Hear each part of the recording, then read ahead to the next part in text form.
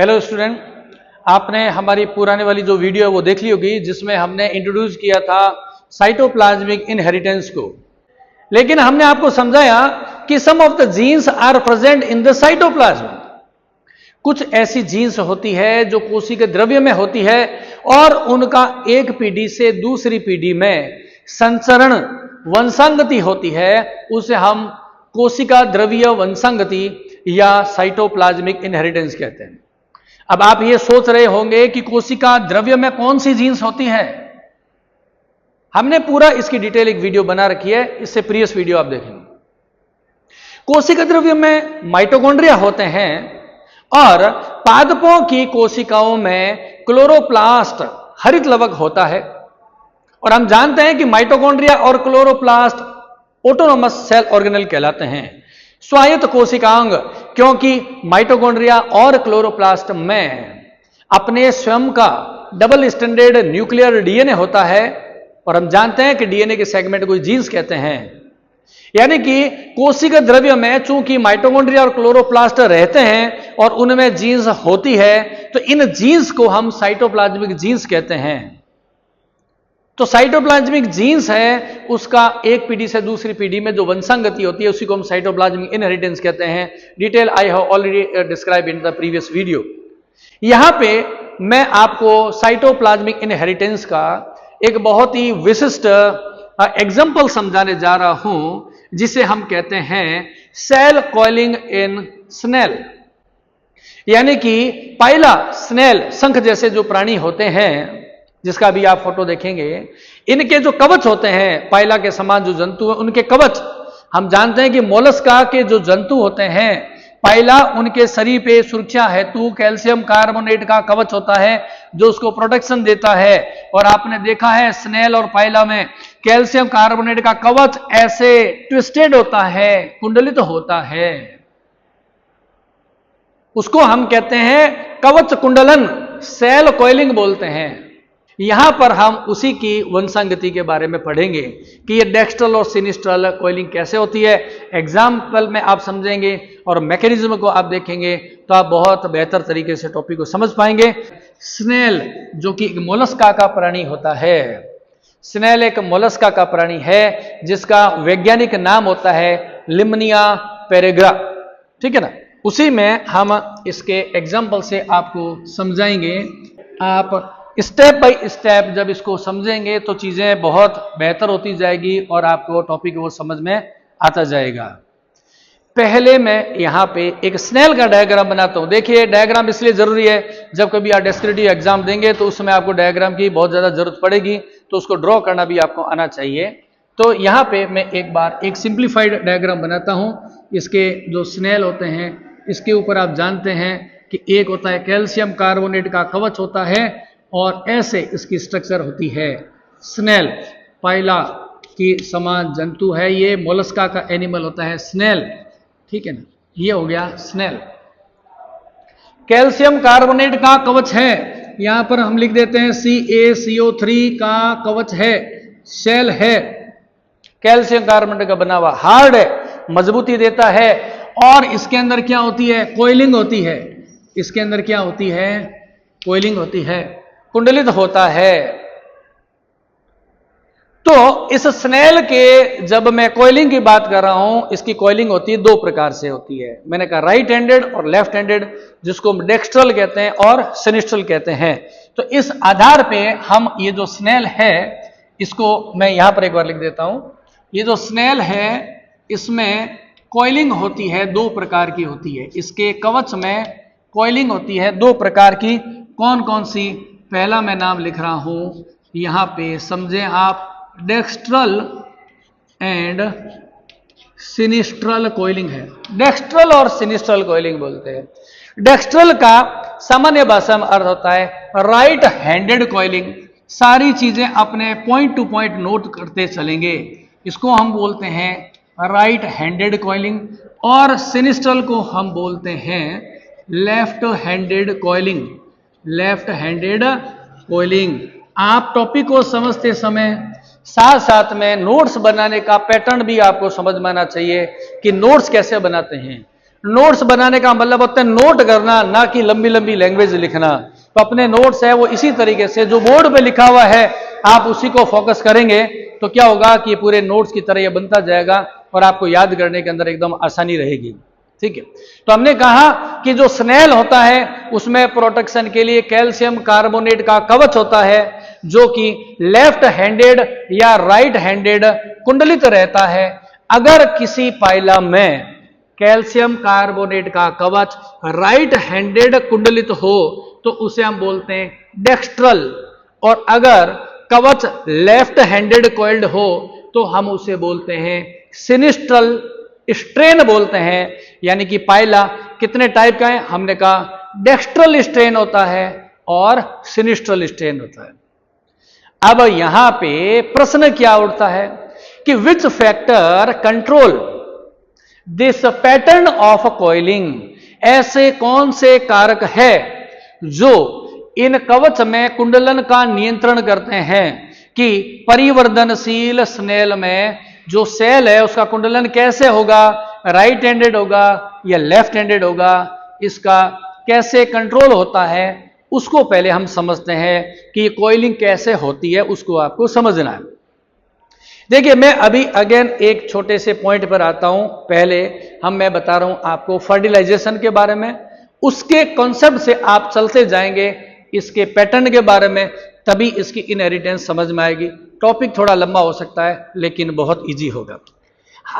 हम ये कहते हैं कि जब कभी भी सेक्सुअल रिप्रोडक्शन होता है तो फीमेल प्रोड्यूस एग्स, फीमेल होती है वो एग्स को डेवलप करती है, और मेल है, मेल के अंदर क्या होते हैं स्पर्म्स का डेवलपमेंट होता है by the process of spermatogenesis, और oogenesis से बन जाते हैं ओवम। जितने भी सेक्सुअल रिप्रोड्यूसिंग एनिमल्स हैं उन सभी में ऐसा ही होता है।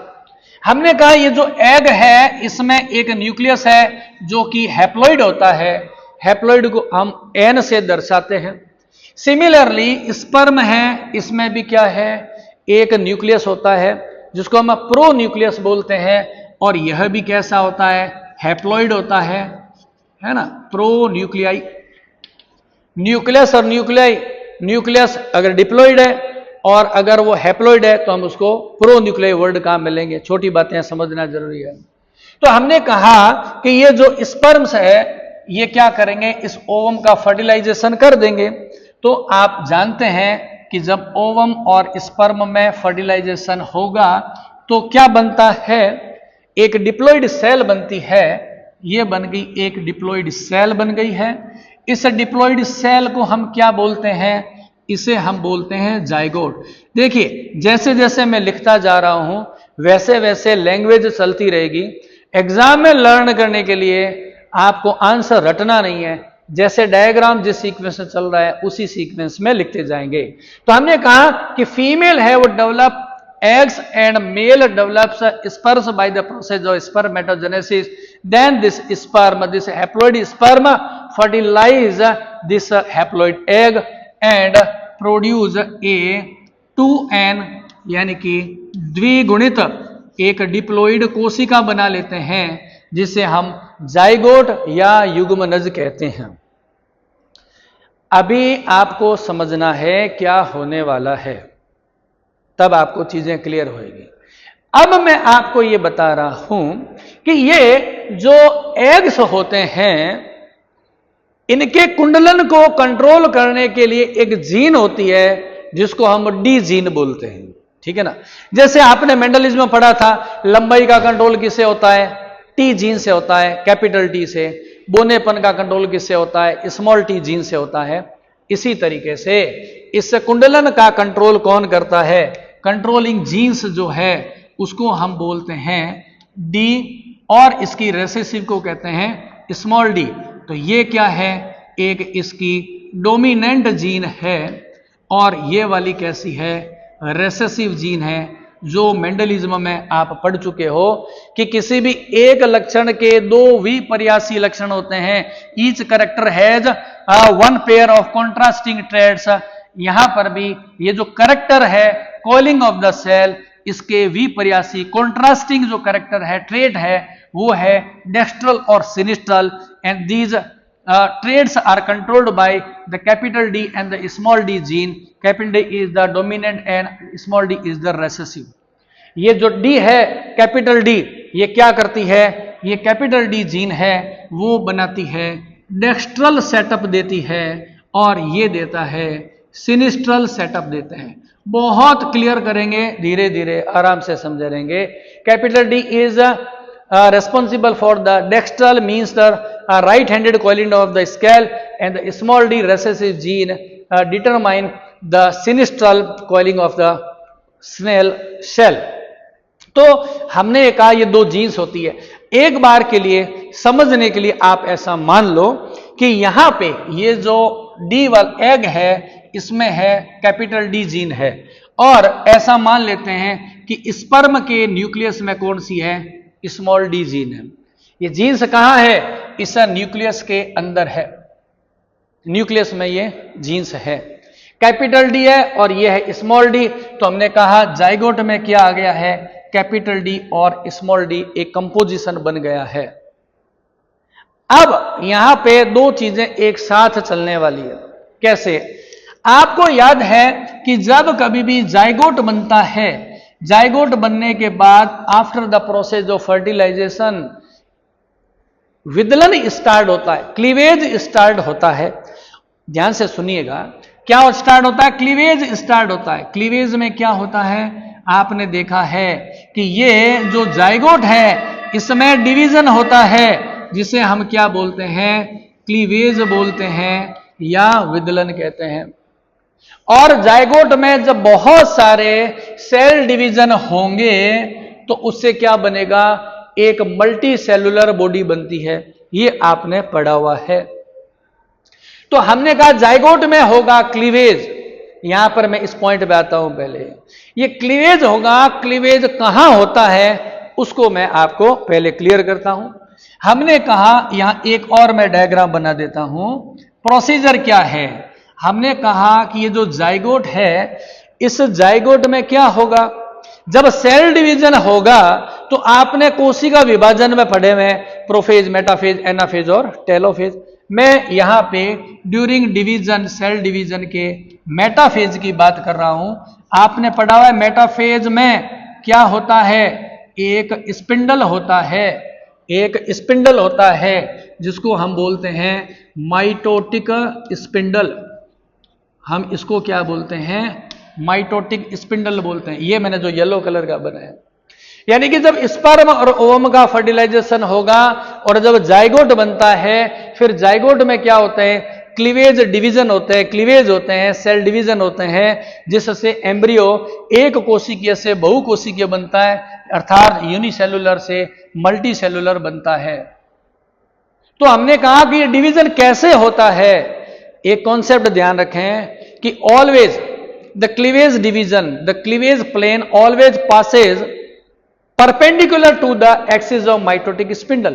कहना क्या चाह रहा हूं, देखो ये जो माइटोटिक स्पिंडल है इसका एक्सिस कैसे है, इसका एक्सिस है इस तरीके से, ये इसका एक्सिस है, माइटोटिक स्पिंडल ऐसे खड़ा है। तो सेल डिवीजन कैसे होगा, इसके 90 डिग्री पर होगा, क्लीवेज होगा यहां पे होगा, कहां पे होगा, 90 डिग्री। किसके 90 डिग्री के पे हो रहा है, माइटोटिक स्पिंडल का जो एक्सिस है, माइटोटिक स्पिंडल है उसका एक्सिस है, उसके 90 डिग्री पर क्लीवेज होता है। ये एक बेसिक और प्रिंसिपल है। अब यहां पर क्या हो रहा है, इन दो कंडीशन में, डेक्स्ट्रल और सिनिस्ट्रल दोनों ही कंडीशन में जब प्रथम क्लीवेज डिवीजन होता है तो कहां वेरिएशन आता है, उस बात को समझना है। देखें, अब मैं आपको यहां समझाता हूं। मैंने कहा इस जाइगोट में दो तरह के क्या है, जीन्स है, कैपिटल डी और स्मॉल डी। क्योंकि एग में क्या था, कैपिटल डी था, स्पर्म में क्या था, स्मॉल डी। तो ये जो कैपिटल डी जीन है, आप इसको समझिए, ये जो कैपिटल डी जीन है जो कि रेस्पॉन्सिबल किसके लिए है, डेक्स्ट्रल सेल के लिए है, ये क्या बनाएगी, ये बनाएगी एक प्रोटीन। ये क्या बनेगी, एक प्रोटीन। कैपिटल डी जीन जो कि डोमिनेंट है, वो जीन क्या करेगी, एक प्रोटीन बनाएगी। और ये प्रोटीन क्या करेगी, किसका कंट्रोल करती है, ये प्रोटीन कंट्रोल करेगी किसका, orientation of mitotic spindle, mitotic spindle का ओरिएंटेशन का कंट्रोल करेगी। ओरिएंटेशन ऑफ माइटोटिक स्पिंडल का क्या कर रही है, कंट्रोल कर रही है। कौन, हमने कहा ये प्रोटीन क्या कहना चाह रही है, किस चीज के लिए रेस्पॉन्सिबल है, ये प्रोटीन कह रही है कि मैं कॉइलिंग कराऊंगी डेक्स्ट्रल वाला। ठीक है, हमने कहा कैपिटल डी जीन जो इस जाइगोट में कैपिटल डी जीन है वो एक प्रोटीन बनाती है जो डेक्स्ट्रल नेचर के लिए रेस्पॉन्सिबल है। तो वो क्या करेगी प्रोटीन, ये जो माइटोटिक स्पिंडल है इसका ओरिएंटेशन चेंज कर देगी। जैसे यहां पर इसका एक्सिस ऐसे है, आप इमेजिन करें अगर ये इसका एक्सिस ऐसे है तो क्लीवेज कहां हुआ, इस एंगल पे हुआ 90 डिग्री पे। अगर ये प्रोटीन, ये वाली प्रोटीन इसका एक्सिस का ओरिएंटेशन ऐसे कर दे, थोड़ा सा क्लॉकवाइज टर्न करा दे, अब क्या होगा, डिवीजन कहां होगा, अब 90 डिग्री पर इस एंगल पे होगा। यानी कहने की बात है कि जो डेक्स्ट्रल जीन है उससे बनने वाली डेक्स्ट्रल प्रोटीन इस माइटोटिक स्पिंडल का ओरिएंटेशन चेंज कर देगी। ओरिएंटेशन चेंज करेगी तो क्लीवेज डिवीजन क्या होगा, उसका ओरिएंटेशन बदल जाएगा और फिर उससे जो सेल बनेगा वो कैसा बनेगा, वो बनेगा डेक्स्ट्रल सेल बनेगा। बहुत काम की चीज तो अब आने वाली है, देखो भैया। अब यहां पे मैं ये कह रहा हूं, वेरी इंपॉर्टेंट बात, हमने कहा कि सेल कौन सा बनेगा, डेक्स्ट्रल या sinistral, this is controlled by here capital D. अगर यहां पे क्या होता, हम मान लेते हैं कि स्मॉल डी जीन है, वो क्या करती है, किसका कंट्रोल करती है, सिनिस्ट्रल स्ट्रेन का कंट्रोल करती है।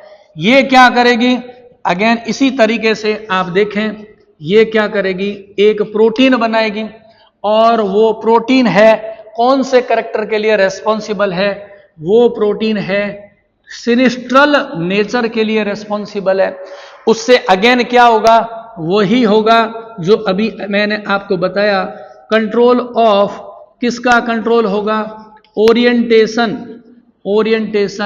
Of mitotic spindle, mitotic spindle का कंट्रोल होगा। और फिर उससे सेल कौन सा बनेगा, ऐसी कंडीशन में सेल बनेगा सिनिस्ट्रल टाइप का बनेगा, सिनिस्ट्रल सेल बन जाएगा।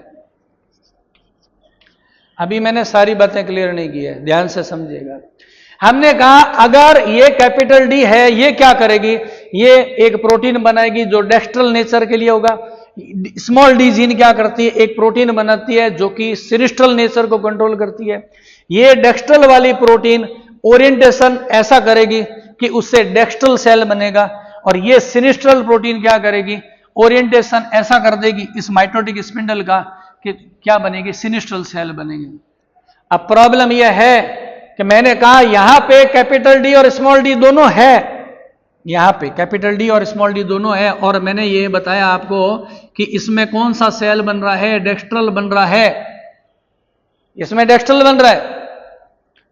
तो आपके दिमाग में ये प्रश्न आना चाहिए कि मैंने कहा कैपिटल डी डेक्स्ट्रल बना रही है, स्मॉल डी सिनिस्ट्रल बना रही है,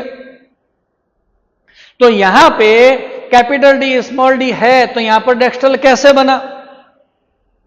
आप तो मेंडलिज्म के अनुसार सोचेंगे कि capital D is dominant over the small D, Mendel में आपने ये पढ़ा, मेंडलिज्म है, उस बात को भूल जाओ। यहां पे इसमें इसका फर्क नहीं पड़ता कि कैपिटल डी और स्मॉल डी होने पर डेक्स्ट्रल बनेगा या सिनिस्ट्रल। मैं कह रहा हूं या सिनिस्ट्रल भी बन सकता है, genetic composition capital D small D है, ये डेक्स्ट्रल भी बन सकता है, ये सिनिस्ट्रल भी बन सकता है।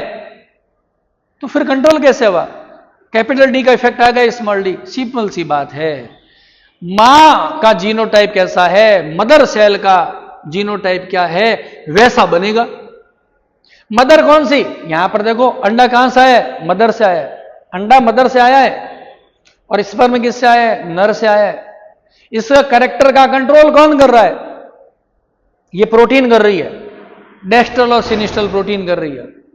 इस कैरेक्टर का कंट्रोल कौन कर रहा है? डेक्स्ट्रल और सिनिस्ट्रल कर रहा है।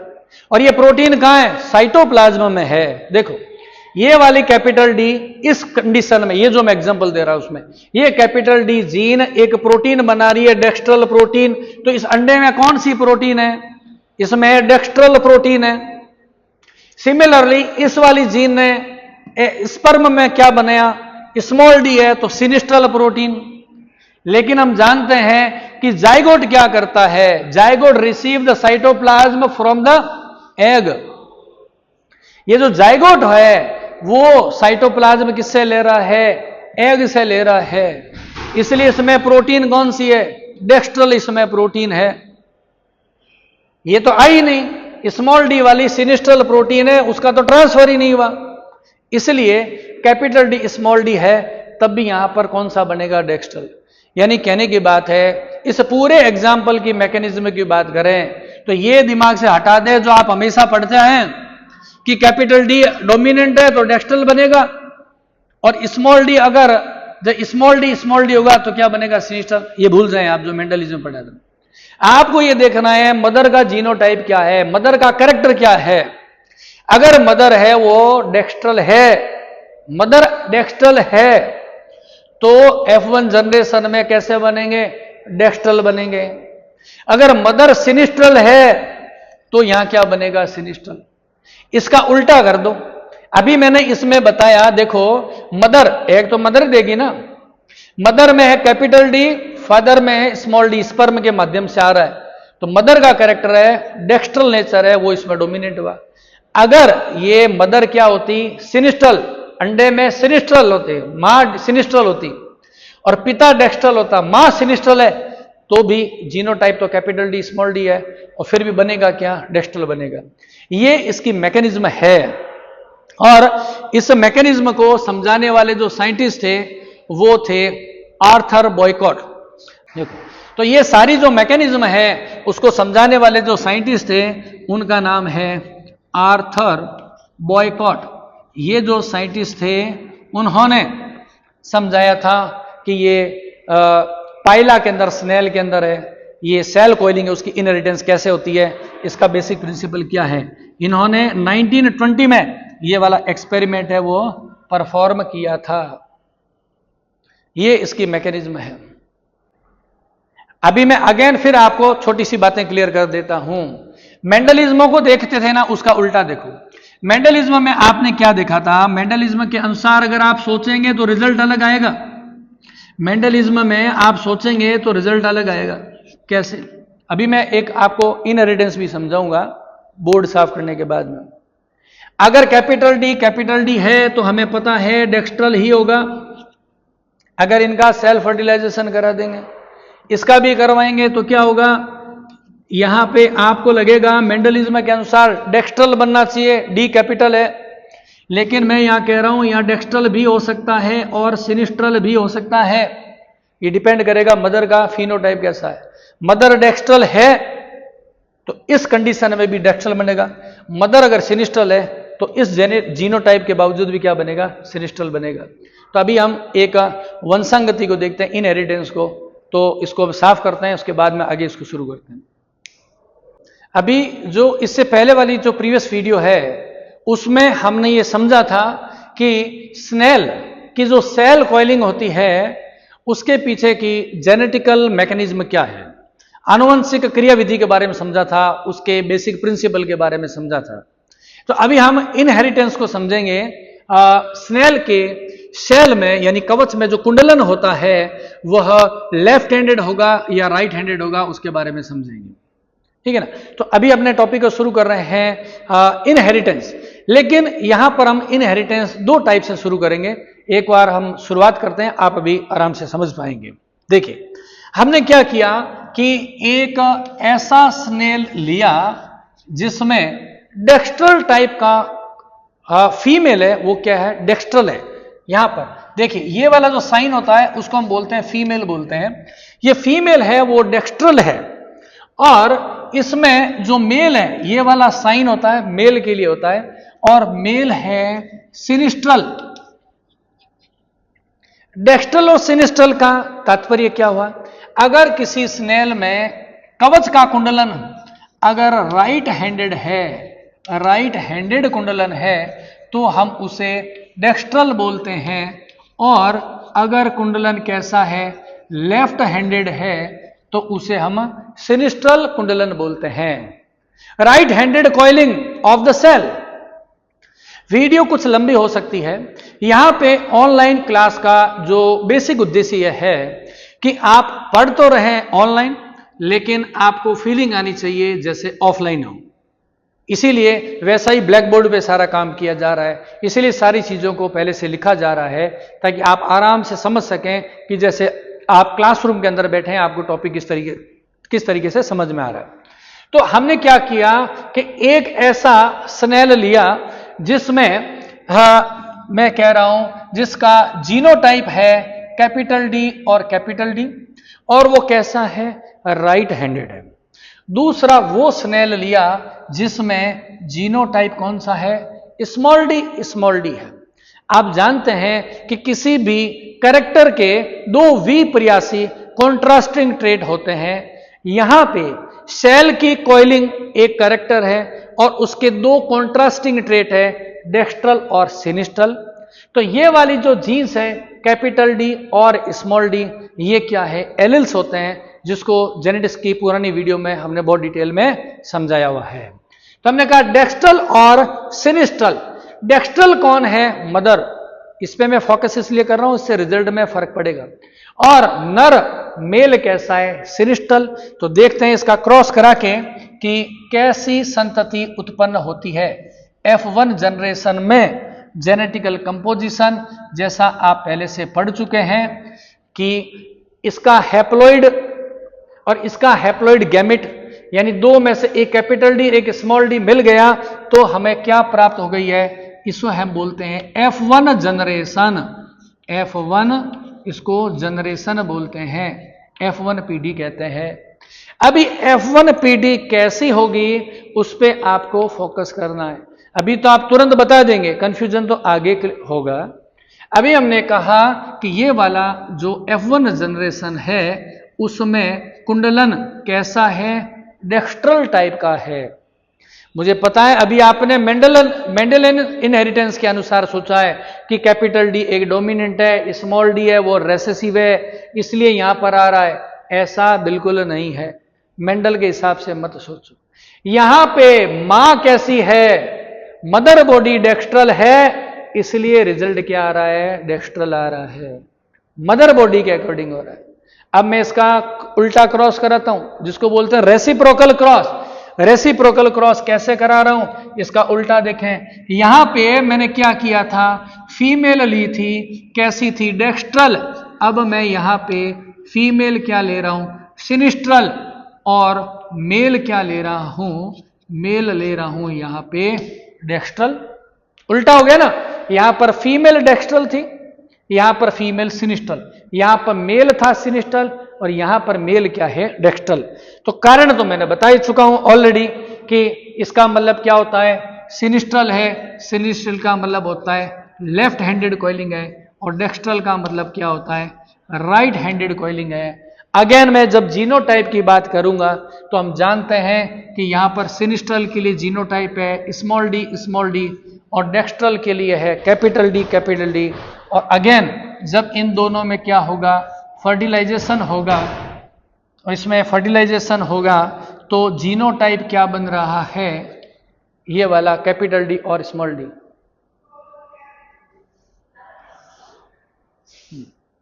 तो हमने कहा कि ये जो सिनिस्ट्रल होता है इसका जीनोटाइप है स्मॉल डी, डेक्स्ट्रल का जीनोटाइप है कैपिटल डी। ये बिल्कुल वैसा ही है जैसा यहां पर था, डेक्स्ट्रल के साथ में ये है, सिनिस्ट्रल के साथ ये है।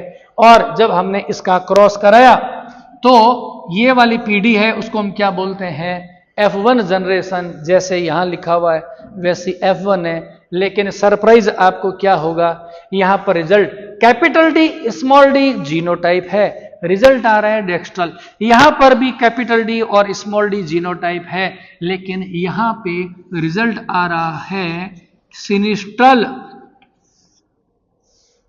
अब यहां पे कंफ्यूजन, मैंने क्या कहा, कंफ्यूजन क्रिएट होगा कि जीनोटाइप दोनों का सेम, फिनोटाइप दोनों का डिफरेंट है ना। क्या हुआ, यहां पर मैं लिख देता हूं, ऐसी कंडीशन में क्या हुआ है, जीनोटाइप, जीनोटाइप क्या है, दोनों ही कंडीशन में सेम आ रहा है, लेकिन आप ये देखेंगे कि फिनोटाइप कैसा आ रहा है, फिनोटाइप आ रहा है डिफरेंट। है मेंडल के नियम से तो सब कुछ उलट सुलट हो गया है ना, जो जीनोटाइप होते हैं तो वैसे ही फिनोटाइप आता है। मेंडलिज्म में आपने पढ़ा था कि कैपिटल टी होते हैं तो टॉल होते हैं, स्मॉल टी होने पर ड्वार्फ होते हैं, और कैपिटल टी स्मॉल टी होने पर हाइब्रिड टॉल होते हैं। यहां तो जीनोटाइप एग्जैक्टली सेम है, कैपिटल टी स्मॉल डी, लेकिन फिनोटाइप डेक्स्ट्रल और सिनिस्ट्रल। यहां पे आपको हमारी प्रीवियस वीडियो देखेंगे, मैकेनिज्म आएगी, यहां पर थोड़ा शॉर्ट में बता देता हूं, ठीक है। क्या होगा कि ये जो डेक्स्ट्रल है फीमेल, ये फीमेल डेक्स्ट्रल है, तो वो सेक्सुअल रिप्रोडक्शन में कैसे पार्टिसिपेशन करती है कि उसमें क्या बनते हैं, ओवम बनते हैं, जिसमें जीनोटाइप होगा कैपिटल डी, ये होगा ओवम। और ये वाला है नर है मेल, ये क्या बनेगा, स्पर्म बनेगा, और इसमें जीनोटाइप क्या बनेगा, स्मॉल डी, और ये क्या है, इसका स्पर्म। देखिए डिटेल तो है पुरानी वीडियो में, मैं आपको फिर भी थोड़ा सा क्लियर कर देता हूं कि जब ये क्रॉस हुआ तो मदर थी, वो क्या थी, डेक्स्ट्रल थी मदर, तो उसमें जो अंडे बने थे ओवम, उसमें जीनोटाइप क्या आया, कैपिटल डी आया। यहां स्पर्म बने, हैप्लॉइड होते हैं, तो इसमें स्मॉल डी हुआ। अब देखें, ये जो कैपिटल डी है, जो अंडा है, इसमें इस कैपिटल डी जो जीन है, उसने क्या बनाई, एक प्रोटीन बनाई। वो प्रोटीन कौन सी है, डेक्स्ट्रल प्रोटीन है। ये कौन सी प्रोटीन है, डेक्स्ट्रल प्रोटीन है। इसके साइटोप्लाज्म में, भाई आपको कंफ्यूज नहीं होना, ये प्रोटीन कहां है, साइटोप्लाज्म में। इसके साइटोप्लाज्म में डेक्स्ट्रल प्रोटीन है, और यहां पर है स्मॉल डी।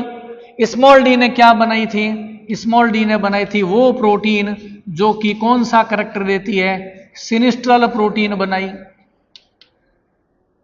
बिल्कुल सही है, कैपिटल डी वाली जीन वो प्रोटीन बनाती है जो कि रेस्पॉन्सिबल है डेक्स्ट्रल कैरेक्टर के लिए, स्मॉल डी जीन वो प्रोटीन बनाती है जो कि सिनिस्ट्रल के लिए रेस्पॉन्सिबल है। लेकिन जब फर्टिलाइजेशन हुआ, और फर्टिलाइजेशन में क्या बन गया है, जाइगोट बन गया है। फर्टिलाइजेशन में जाइगोट बना, जीन्स तो है कैपिटल डी स्मॉल डी, लेकिन आप ये सोचो, ये जाइगोट साइटोप्लाज्म किससे करता है, रिसीव, ये रिसीव्ड साइटोप्लाज्म, कहां से, रिसीव्ड साइटोप्लाज्म फ्रॉम ओवम। इस जाइगोट का जो साइटोप्लाज्म है वो सारा कहां से आया है, इस अंडे से आया है। स्पर्म ने क्या किया, ओनली प्रोवाइड हैप्लॉइड क्रोमोसोम्स, यानी कि इसके साइटोप्लाज्म में प्रोटीन कौन सी आई, डेक्स्ट्रल प्रोटीन इसके अंदर आ गई है। ये वाली डेक्स्ट्रल प्रोटीन अंडे वाली इसमें आ गई, क्योंकि इस जाइगोट का साइटोप्लाज्म किसका है, जाइगोट का साइटोप्लाज्म कहां से आया, अंडे से आया, इसलिए इसके साथ डेक्स्ट्रल प्रोटीन आ गई। स्पर्म की सिनिस्ट्रल प्रोटीन पहुंची ही नहीं, क्योंकि हम जानते हैं कि स्पर्म केवल हैप्लॉइड क्रोमोसोम देता है, इसलिए ये बना डेक्स्ट्रल। अब इधर आ जाओ, यहां पर देखो, ये जो नर है स्पर्म, यहां पे ये जो नर है डेक्स्ट्रल है, तो इसके जो स्पर्म थे उसमें क्या थी, कैपिटल डी जीन थी, और यहां पे जो मादा है वो कैसी है, सिनिस्ट्रल, कौन सी है, स्मॉल डी। यहां पे इस मादा कैसी है, सिनिस्ट्रल है, तो अंडे के अंदर इसने क्या बनाया, सिनिस्ट्रल प्रोटीन बना दी। सिनिस्ट्रल प्रोटीन यानी कि वो प्रोटीन जो सिनिस्ट्रल कैरेक्टर को कंट्रोल करती है। और जब इसका फर्टिलाइजेशन हुआ और इस कंडीशन में जब जाइगोट बना कैपिटल डी स्मॉल डी, तो आप देखो साइटोप्लाज्म कहां से आया, ठीक है ना, cytoplasm again received by ovum. Cytoplasm कहां से रिसीव हुआ है? अंडे से आया है। यानी इस साइटोप्लाज्म में क्या है? सिनिस्ट्रल प्रोटीन है। और ये जो स्पर्म में जो कैपिटल डी थी उसने बनाया था डेक्स्ट्रल प्रोटीन, तो वो तो पहुंचा ही नहीं, क्योंकि आप जानते हैं कि स्पर्म क्या देता है? केवल प्रो न्यूक्लियस देता है, साइटोप्लाज्म देता ही नहीं है। तो दोनों कंडीशन का आप कंपैरिजन करके देखें, कैपिटल डी और स्मॉल डी, कैपिटल डी और स्मॉल डी है। लेकिन इंपॉर्टेंट यह है कि जाइगोट साइटोप्लाज्म किससे रिसीव कर रहा है? अगर जाइगोट साइटोप्लाज्म रिसीव कर रहा है डेक्स्ट्रल फीमेल से, तो F1 जनरेशन होगी डेक्स्ट्रल। अगर जाइगोट साइटोप्लाज्म रिसीव कर रहा है सिनिस्ट्रल फीमेल से, तो ये, यानी कि इनकी कॉइलिंग का कंट्रोल किसके द्वारा हो रहा है? मदर के द्वारा होता है। इसलिए इसको मैटरनल इफेक्ट भी बोलते हैं। यहां पर मैं लिख देता हूं, इस कैरेक्टर को क्या बोलते हैं? मैटरनल इफेक्ट बोलते हैं। यह है मैटरनल इफेक्ट। मां का प्रभाव आएगा, कुछ मत रटो, इतनी सी बात समझ लो, जैसी मां वैसा बेटा। मां डेक्स्ट्रल तो बच्चा डेक्स्ट्रल, मां सिनिस्ट्रल तो बच्चा सिनिस्ट्रल। कंफ्यूजन है ही नहीं, मैटरनल इफेक्ट हो गया। क्यों? कि बच्चा साइटोप्लाज्म किससे ले रहा है? मां से, अंडे के द्वारा, अंडे के थ्रू। और इसमें बच्चा सिनिस्ट्रल प्रोटीन किससे ले रहा है? मां से, किसके? इस एग के थ्रू, इसलिए वो सिनिस्ट्रल हो गया। नेक्स्ट जनरेशन चलते हैं, F2 जनरेशन। बहुत ध्यान से समझना है, दोनों का कंपैरिजन होता रहेगा साथ साथ। अब आप जानते हैं ये कैपिटल डी स्मॉल डी जो कि डेक्स्ट्रल है, अब इनका आपस में हम क्रॉस कराते हैं। तो मैं क्या करता हूं, नेक्स्ट जनरेशन के लिए एक बार के लिए मैं ऐसा लिख देता हूं, आपको ब्लू बना देता हूं। यहां पे ये है कैपिटल डी स्मॉल डी, और ये भी है कैपिटल डी और स्मॉल डी। नेक्स्ट जनरेशन बना रहे हैं, ठीक है। यहां पे मैं आपको बता देता हूं कि ये क्या है, ये है इसकी ये है, बना लेते हैं हम इसकी फीमेल, और ये क्या है? मेल। ये साइन होता है मेल का, हमेशा ध्यान रखें। और ये वाला साइन किसका होता है? ये साइन है फीमेल का, तो ध्यान रखें। यानी कि दोनों माता और पिता दोनों के दोनों कैसे हैं? माता और पिता दोनों हैं डेक्स्ट्रल। ये भी डेक्स्ट्रल है और ये भी डेक्स्ट्रल है। माता और पिता दोनों डेक्स्ट्रल है। क्यों? ये कौन सी पीढ़ी है? F1 जनरेशन है ना। ये F2 जनरेशन किससे बनेगी? F1 multiply F1। ध्यान रखो, F1 जनरेशन के पाइला का क्रॉस F1 जनरेशन के पाइला से कराएंगे, तो दोनों क्या थे? डेक्स्ट्रल डेक्स्ट्रल थे। इनका क्रॉस कराएंगे तो देखो जीनोटाइप कैसा आएगा, और वो फिर आपको जीनोटाइप कंफ्यूजन देगा, जैसा कि आपने मेंडलिज्म में पढ़ा था। देखिए, इन दोनों का क्रॉस कराएंगे तो क्या बनेंगे? Capital D, again capital D, capital D और स्मॉल डी, और स्मॉल डी और स्मॉल डी। अब आप सोचेंगे कैसे? आप सोचेंगे मेंडल के अनुसार। मेंडल के अनुसार कहेंगे तो ये डेक्स्ट्रल डेक्स्ट्रल डेक्स्ट्रल, ये सिनिस्ट्रल होगा। इंपॉर्टेंट भूल जाओ, जीनोटाइप क्या है? जीनोटाइप को रीड नहीं करना, आपको ये रीड करना है मां कैसी है। यहां देखा, यस ये रही मदर, फीमेल, डेक्स्ट्रल है, चारों के चारों कैसे होंगे? डेक्स्ट्रल। नो कंफ्यूजन, सीधा सा आंसर कर दे, ठीक है ना। सारे के सारे कैसे होंगे? डेक्स्ट्रल होंगे, बात खत्म। जीनोटाइप कोई भी हो, चाहे कैपिटल डी है, चाहे स्मॉल डी है, कैपिटल डी स्मॉल डी, कुछ भी हो, जीनोटाइप कुछ भी हो, रिजल्ट क्या आएगा? फिनोटाइप। सोचना नहीं है। ये देख लो क्रॉस में मदर का फिनोटाइप क्या है। यहां ये मदर है, ये इसका फादर है, ये मदर फीमेल, ये कैसी है? डेक्स्ट्रल। बात खत्म, सारे के सारे डेक्स्ट्रल होंगे। सिमिलरली इस टेस्ट में भी आ जाओ, इस वाले में जो रेसिप्रोकल है, यहां पर हमने क्या कहा? ये F1 जनरेशन का एक प्लांट है, प्लांट क्या? पाइला है, स्नेल। इसमें जीनोटाइप कैपिटल डी, ये आ गया स्मॉल डी, ठीक है ना। और हम क्या करा रहे हैं? अब इसके अंदर आप देख लो, ये वाला क्या है? दोनों रिजल्ट क्या आ रहा है? सिनिस्ट्रल। तो ये भी क्या था? सिनिस्ट्रल है। और ये दूसरे वाला है, ये भी क्या है? सिनिस्ट्रल है, ठीक है।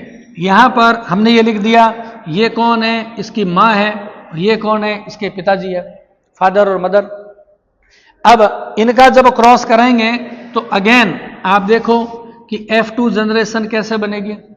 F2 जनरेशन जब जीनोटाइप की आप बात करोगे तो अगेन क्या आया? Capital D, capital D, capital D small D, capital D small D, smaller D और स्मॉल डी। अगेन मेंडलिज्म को भूल जाओ, इनका ये जो प्लांट्स जो स्नेल है इनका कवच का कुंडलन कैसे होगा, कुछ मत सोचो, केवल ये देख लो माँ कैसी है, ये मदर का साइन है, सिनिस्ट्रल है, तो ये सारे के सारे कैसे होंगे, सिनिस्ट्रल हो गए। कहने की बात है मैटरनल इफेक्ट है तो आपको तो केवल एक ही ध्यान रखना है, मदर का फिनोटाइप क्या है, मां कैसी है, मां डेक्स्ट्रल तो बच्चे डेक्स्ट्रल, मां सिनिस्ट्रल तो बच्चे सिनिस्ट्रल। तो ये जनरेशन हमने कौन सी बना दी है, ये है F2 जनरेशन। F2 इधर ये वाली F2 है और इस एक्सपेरिमेंट बात करेंगे तो ये वाली कौन सी आ रही है, F2 जनरेशन है, इधर ये वाली F2 जनरेशन है। अब हम बात कर रहे हैं F3 जनरेशन। पहली बात यहां आपको कह दे इसमें साइटोप्लाज्मिक इनहेरिटेंस की F2 जनरेशन में रेशियो क्या आ रहा है, एग्जाम है पूछ सकते हैं, तो आप ये लिखेंगे सिंपल सा 4:0, 4 सिनिस्ट्रल डेक्स्ट्रल 0, इधर भी आ जाओ तो क्या आया 4:0, ठीक है ना। जीनोटाइप की ये जो जनरेशन है इसको क्या बोलते हैं हम, ये F2 जनरेशन है, इधर वाले में क्या हुआ ये F2 जनरेशन है।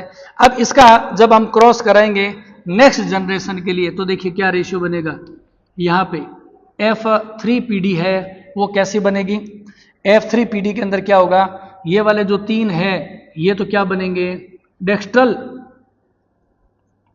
ये 3 बनेंगे डेक्स्ट्रल और ये एक क्या बनेगा सिनिस्ट्रल बनेगा। यानी कि यहां पे F3 जनरेशन में रेशियो क्या आएगा 3:1 फिनोटाइप आएगा। सिमिलरली इसमें F3 जनरेशन के अंदर जब हम देखेंगे तो क्या होगा, ये वाले जो 3 हैं वो कैसे बन रहे हैं, ये बने हैं सिनिस्ट्रल, लेकिन ये वाला क्या बनेगा, ये बनेगा डेक्स्ट्रल। लेकिन अब यहां पर भी जो फिनोटाइप क्या आ रहा है 3:1। तो जब कभी भी साइटोप्लाज्मिक इनहेरिटेंस पूछा जाता है कि F1 जनरेशन में एनिमल कैसे बनेंगे, जैसा कि फिनोटाइप है मदर का, F2 में रेशियो क्या आएगा, जीनोटाइप तो है 1:2:1, फिनोटिपिक रेशियो 4:0 और 4:0 आएगा। लेकिन F3 जनरेशन की बात करेंगे तो फिनोटाइप आएगा 3:1 और 3:1। इधर 3 सिनिस्ट्रल 1 डेक्स्ट्रल, इसमें 3 डेक्स्ट्रल और 1 सिनिस्ट्रल आएगा। कहने की बात है कि साइटोप्लाज्मिक इनहेरिटेंस का मतलब क्या हुआ कि किसी भी एनिमल है उसके कैरेक्टर का कंट्रोल, उसके फिनोटाइप का कंट्रोल मदर के पास होगा, इसलिए उसको मैटरनल इफेक्ट कहते हैं। और मदर के पास क्यों होगा, क्योंकि मदर के एग का जो साइटोप्लाज्म है उसमें कुछ फैक्टर्स होते हैं, एग में मां के एग के साइटोप्लाज्म में कुछ ऐसे फैक्टर्स होते हैं जो कि फिनोटाइप का कंट्रोल कर रहे हैं। और हम जा रहे हैं कि जानते हैं कि एग और स्पर्म आपस में फर्टिलाइजेशन करेंगे तो जो जाइगोट बनता है उस जाइगोट के अंदर साइटोप्लाज्म कहां से आ रहा है, एग का ही आ रहा है, यानी कि मदर की तरफ से आ रहा है, इसलिए फिनोटाइप का कंट्रोल मदर के द्वारा होगा। तो इसको डिटेल में इसकी मैकेनिज्म की अगर मैं बात करूं तो इससे प्रीवियस वाली आप वीडियो देखेंगे, उसमें हमने केवल मैकेनिज्म समझाई है cell coiling in the snail के बारे में। फिर आप इसको पढ़ेंगे तो आपको ज्यादा इजीली समझ में आएगा, कॉन्सेप्ट क्लियर होगा। इसके बाद में जो नेक्स्ट वीडियो आने वाली है वो है inheritance of kappa particle in the paramecium, paramecium के कप्पा पार्टिकल में कैसे होती है। तो सारी वीडियो को लाइन से लाइन देखेंगे। सारी वीडियो के अंदर हमने नंबर डाल रखा है, पार्ट 1, 2, 3, 4, 5 ऐसे। तो साइटोप्लाज्मिक इनहेरिटेंस की सारी वीडियो आएगी और ये सारी वीडियो है जेनेटिक्स वाली प्लेलिस्ट में आपको मिल जाएगी।